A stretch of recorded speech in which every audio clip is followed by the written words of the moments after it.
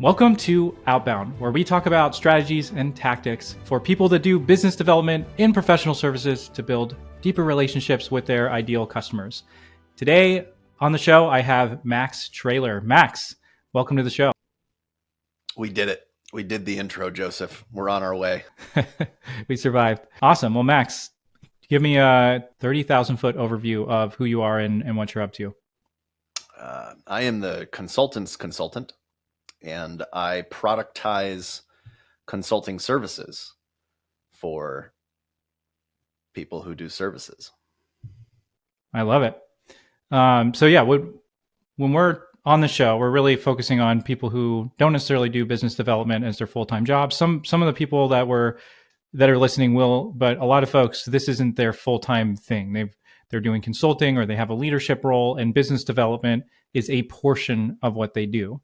Or they manage a team of people who are doing full-time business development, but they didn't actually do that themselves. You know, that maybe they're a partner or senior leader in a consulting firm.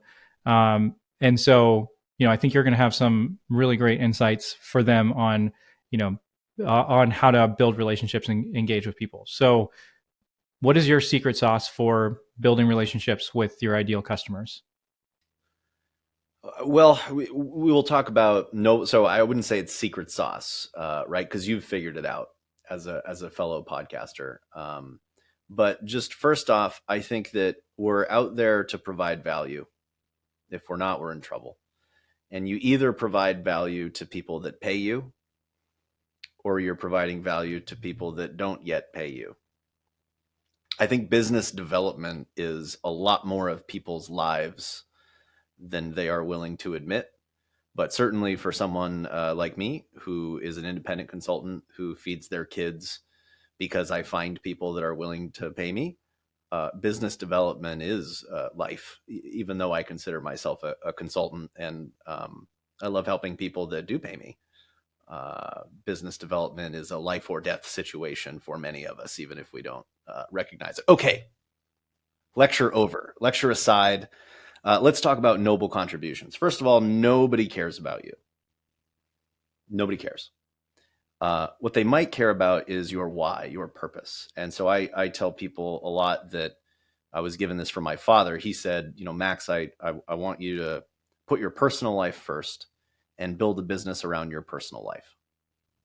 And so my why is to spread that to other folks, get them to put their personal life first and build a business around their personal life. My noble contribution to the marketplace is my podcast, my books. I did a psychology study. I host free workshops. I do group networking calls. And this free value is something that I can invite my ideal clients to participate in. Would you like to be interviewed? Would you like to share your secrets? A big part of that has been my podcast, Beers with Max. And as you have figured out, a lot of people are willing to speak with you if you have a noble contribution and you invite them to participate. So that's my not so secret sauce. Yeah, I mean, it's kind of interesting. It's sort of by accident, but there's actually been several people that I've had on the show who are approaching business development in basically the very similar way that you and I are doing it. And sometimes they might call it curating content, or my friend James Carberry calls it content-based networking. But it's kind of this theme of using either content curation or content creation as a way to start conversations with people and build those relationships. And you're adding value to them. You're giving them a platform to share their ideas. It's not necessarily focused on you and what you're doing as much as giving them a platform to share their expertise. So it's really valuable because they pay publication, CEOs of companies pay publications to be able to talk about the things they care about. And so you're giving them that free press, free PR. But then at the same time, you're building a really valuable relationship with them and having a conversation that chances are you wouldn't have been able to get any other way. Let's not underestimate how valuable it is for people to feel that they have helped someone. That's the thing that I never really understood early on. I had no audience. I still have barely any audience, by the way. Like, nobody knows Max Traylor. But early on, I literally had nobody. I was starting from nothing. First podcast episode, number one. I reach out to somebody that has been podcasting forever, multi-author, keynote speaker, and I say, hey, I'm just starting out. I have no audience, but I'm trying to help people put their personal life first and build a business around their personal life. If we make an impact on one person, I consider that a success. Are you willing to talk to me on a recorded show? And they go, yeah, I'd love to help. Some people are just get a kick out of helping people. And that's what I try to remind myself of when I'm putting my energy into these noble contributions. And sometimes it feels like no one's listening. Okay, so a noble contribution, we'll kind of get into the tactical side of what that looks like and how people could do it in a minute. But can you give me an example or tell me a story about when, creating giving a noble contribution helped you to build relationships with an ideal customer? Yeah. So when I started my own practice, I knew that I wanted to help people monetize their expertise. I started to use the word productize their consulting services. So, that was a gift. For 9 years. I've been able to maintain focus on that thing. And so I started a show called Beers with Max because I like drinking beer with people and I like learning things. And my dad always told me to surround myself with brilliant people. So I started a networking call called Beers with Max. And over the years, I found that there was a 20% cold outreach to conversation ratio, meaning if I articulated what I wanted to accomplish, I did some real research as to who would want to contribute. I'd get 20% of the people that I reached out to into a conversation with me. 3 years later, still surviving as an independent consultant, I look back at where all of my business has come from. It came from Beers with Max conversations. It was either people that after an interview or after just a quick call would say, Max, these are really articulate questions. I'm a big fan of what you're talking about. What do you do? Or they would say, I know somebody that's actually working on this right now. Let me make an introduction. So whether it was collaboration opportunities, referral opportunities, direct clients, they all stemmed from inviting people to participate in this noble contribution. Yeah, it's actually pretty interesting because the interview that's going to come out right before this one is with Matt Dixon, and he's the author of The Challenger Sale and The Jolt Effect. And then he's in the middle of working on another project that was based on research of 1,800 partners at professional services organizations. And I've kind of been on a kick of his research because it's really interesting and it kind of ties into our conversation. So there's these different profiles. Go back and listen to that if you really want the full, the full breakdown of the different profiles. But basically, there's one out of these 5 profiles that people in professional services tend towards for business development, and 78% of people fall into 4 out of those 5, and all 4 of those actually have a negative performance. So the harder you lean into these 4 profiles, the lower your performance is going to be for business development. And out of all the partners they interviewed, there was this particular profile of person that had, when you lean into that profile, that's the only one that actually had the only characteristics that had a positive impact on their performance.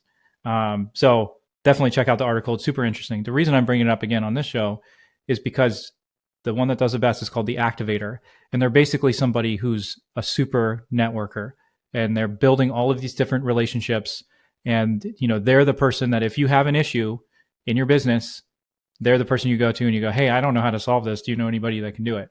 And then, if they have something, they're going to recommend something they do, or somebody from their firm that does, whatever accounting, or, they have a network of lots of other people that they'll make those connections and make those intros. And then they're also extremely proactive. So they're not just waiting around for those relationships or connections to happen. And they're also not waiting around to make introductions. So, one example he gave was, you see somebody change jobs, reach out to them. And instead of being like, hey, just wanted to see if you're ready to buy my services, you reach out to them, you go, hey, I saw that you just got this new role in Hong Kong. I actually have some colleagues that work in Hong Kong. I'd love to make an introduction. If you'd be open to it, because they know the best restaurants in town. They're not originally from there, but they're always telling me about how awesome these particular restaurants are. Would that be helpful to you? And so it's not always even like making the business connection as much as just making connection. And it sounds like that's kind of been your experience. You're basically this conduit, networking different people together, collaborating, making intros, and then that ends up turning into business opportunities for you. Yeah, I think the concept is be helpful to people.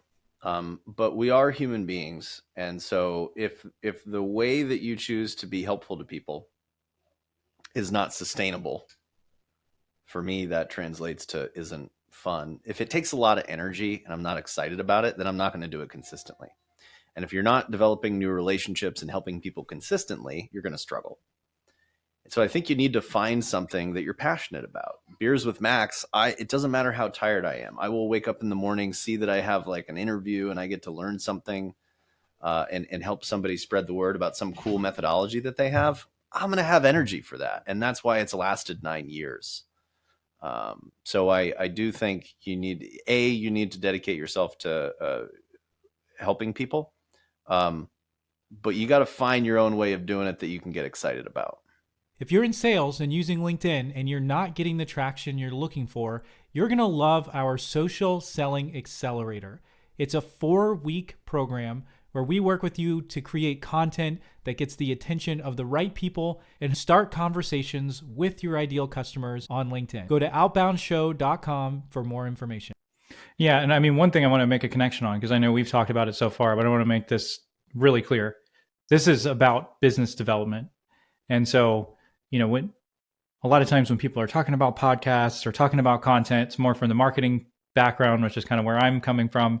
And it's more like, let's build brand and let's hope we get inbound and let's, build this long-term affinity and all of that. And there's an element of that to what we're talking about. And you do get value. And if you're doing this consistently, you probably will get some inbound coming from it. But I think you and I both agree on the fact that you're being proactive to find people and start conversations with them that you can help. And that hopefully a good portion of those people will pay you to help them. And, you're looking to be helpful. And part of being helpful is them paying you to let you help them solve serious problems that they have in their business or that they want to overcome in their situation. So it's not just being helpful purely altruistically. Like, that'd be awesome if we could do that. But at the same time, you got to pay the bills, and people listening to the show, they need to be developing pipeline and be developing business. So I'd love your thoughts on that. Yeah, there's a concept that I pose in my last book, Consultant's Survival Guide, the yellow book, if anyone's on my LinkedIn profile. Is it content that gets you conversations? Or is it conversations that get you content? Because I grew up a content marketer, right? I ran a content marketing agency. And if somebody came to me and said, Max, for every single piece of content that you create for a client, if they got one valuable conversation with an ideal client of theirs, would that be good enough for you? I'd go, abso-freaking-lutely. If every single piece of content that I created for a client turned into one valuable sales conversation for them, I'd be a millionaire. And that's what this, I guess, policy is of, if I'm going to create a piece of content, it's going to be with somebody. It's going to be with somebody that's either in my target audience or influential over my target audience, so that even if that content goes nowhere and impacts nobody, the process of creating it has led to a new relationship. And together we did something that added value. We created something. We're creating something right now. We are working together. And that's what my dad always said. Just start working with people until they can't stand it anymore, and they will ask you how they can pay you. I love it.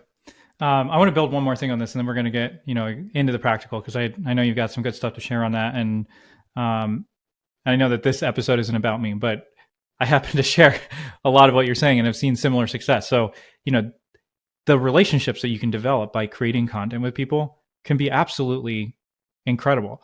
So in a previous job, previous company, it wasn't even a podcast. I was a content marketer. I was writing content. At the time, it was an engineering company. I was having to create all of this content to educate engineers, and I'm not an engineer. So it took a ton of time to research. And I did actually create very good articles that engineers were reading and getting value from, vetted by other engineers, agreeing that it passed the test. But it would take me so much time to research and do all that. Then all of a sudden I thought, man, why don't I just reach out to people that know what they're talking about and interview them and ask them for their perspective? And so then I started reaching out to interview people. And there's this one guy I interviewed, Ravi, and he was awesome. He was super smart. He's actually probably the smartest guy I've ever talked to in my life. I learned a ton from talking to him, made great piece of content for our website. And then he goes, man, you've got to talk to my old boss, Paul. And Paul happened to be in a very strategic role at an ideal fit customer for us. So he makes the intro. I have this great conversation with Paul. He also adds tons of value, great, great content. And I was doing these, this wasn't even a live show and it wasn't a podcast. I was literally recording it, putting it up on the website as a video on the blog post, and then creating a blog post off of that content. So then, it ranked and got a lot of extra juice for doing it that way. But then, yeah, exactly. So then 2 months ago, this was like a couple of years ago, 4 years ago, 3 years ago, 2 months ago, Paul reaches out to me and he goes, hey, my daughter's about to graduate from school in marketing. Would you be open to chatting with her and giving her some pointers? And so then, he sends her my way, and we had a great conversation, gave her some pointers, hopefully it's helpful for her. But then, he was basically using me to confirm a bunch of things he was telling her, because I said things and she's like, oh, that sounds like what my dad told me to do. Maybe I should take that more seriously. But anyway, the point of the whole story is just to say, the relationships that you can build from doing one interview with somebody can be incredible. And, yes, you can get amazing business opportunity. And some of those go on to become amazing personal friends that you benefit them in their career, or their kids, and they benefit you in your career. And it really can be amazing from one interview. Yeah. It's almost like business development isn't business development. It's just creating relationships with people. Okay. So with that, let's make it practical. So what are some practical steps? Somebody's listening to this. They don't have a whole marketing department that's going to get behind them and build out a whole show and make it, beautiful and snazzy and, all of that. What can they do to start making a noble contribution in getting people to engage in these conversations with them? Yeah. My grandfather always said, you have to write it down. His philosophy was, if you can read and write, you'll be successful. He was old. Like, if he was still alive, he'd be like 100, I think. Very wise man. What everyone can do is start writing their book today. You don't need a podcast studio to write a book. All you need is an idea. And go start interviewing people to gather opinions and insights for your book. That's the way I started. I wanted to write a book. It was going to be called Agency Survival Guide. It exists today. It took me 8 years to write. It was 8 years of interviewing people, of talking to them. It was before I had a podcast. It was before I was even recording it.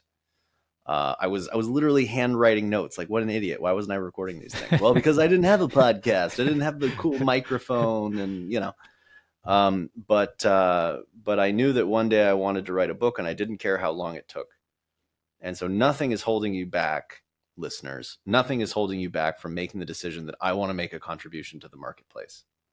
Give it a name and go start asking people questions. Those questions turn into relationships. Those relationships turn into new business. They turn into referrals. They turn into new insights. And maybe come out with that book one day. I love it. Super practical. Yeah. I mean, and on the writing note, I think that's helpful, because there's a lot of people that aren't comfortable getting on video. And no matter how many times I'm like, man, when people see your face and they hear your voice ahead of time, they're going to feel so much more comfortable with you when they get on a call. So like, you could do video, do it. But if you want to skip the line, just create a podcast. But I can already feel your listeners going, I can't create a podcast. I don't have the microphone. I don't have the lighting. I don't have listeners. Great. So I'm going to skip all that and tell you that for years I was getting conversations with people with zero audience, no recorded content. It was just the idea, and nothing is holding you back from committing to an idea. All I had was an idea for a book, and it's your articulation of that and your commitment to that can get you conversations. It's as simple as that. Yeah, I love that. That's super practical, because you can write it. You don't have to get crazy. You don't have to get on video. You don't have to do any of that. Anybody who's in business development can do that. And I mean, I would even say, you could take it a step back, if you're like, well, I don't have enough of an idea for a book, I don't know what that grand idea is, to make it an article about something that's going on in your industry. Just reach out to people and say, hey, I'm writing an article on this area that you have expertise in. I'd love your contribution to it because I saw you wrote up about this or you talked at this event, and I think you'd have valuable input. And welcome to journalism. Every journalist on planet Earth is reaching out to powerful people that are in charge of budgets so that they can write an article that's 2 paragraphs long in their magazine that's nobody's heard about. And what you'll find is that, once you start talking to people, you go, why aren't I recording this? And they'll ask you, why aren't you recording this? And then all of a sudden you'll have these recordings and you'll go, why aren't I putting these on the internet? And you'll put a video on the internet and someone will say, I love your podcast. And you're like, that's not even a podcast. And then you'll realize it doesn't matter what you call it. All you're doing is like sharing information with the world. That's a noble contribution. That's collaboration. That creates relationships. And you need relationships if you're going to survive. Well, with that, Max, how can people learn more about you and what you're up to? Yeah. Max Traylor, Traylor, on LinkedIn. Go to LinkedIn, find me. Very easy to find me. Very, very nice picture of me. I talk about concepts. I interview people. I host live workshops. I host group interviews. All sorts of things. Get your fix. Love it. Well, thanks again, Max, for coming on the show. Really appreciate it, and looking forward to having more conversations with you in the future. I had a blast, Joseph.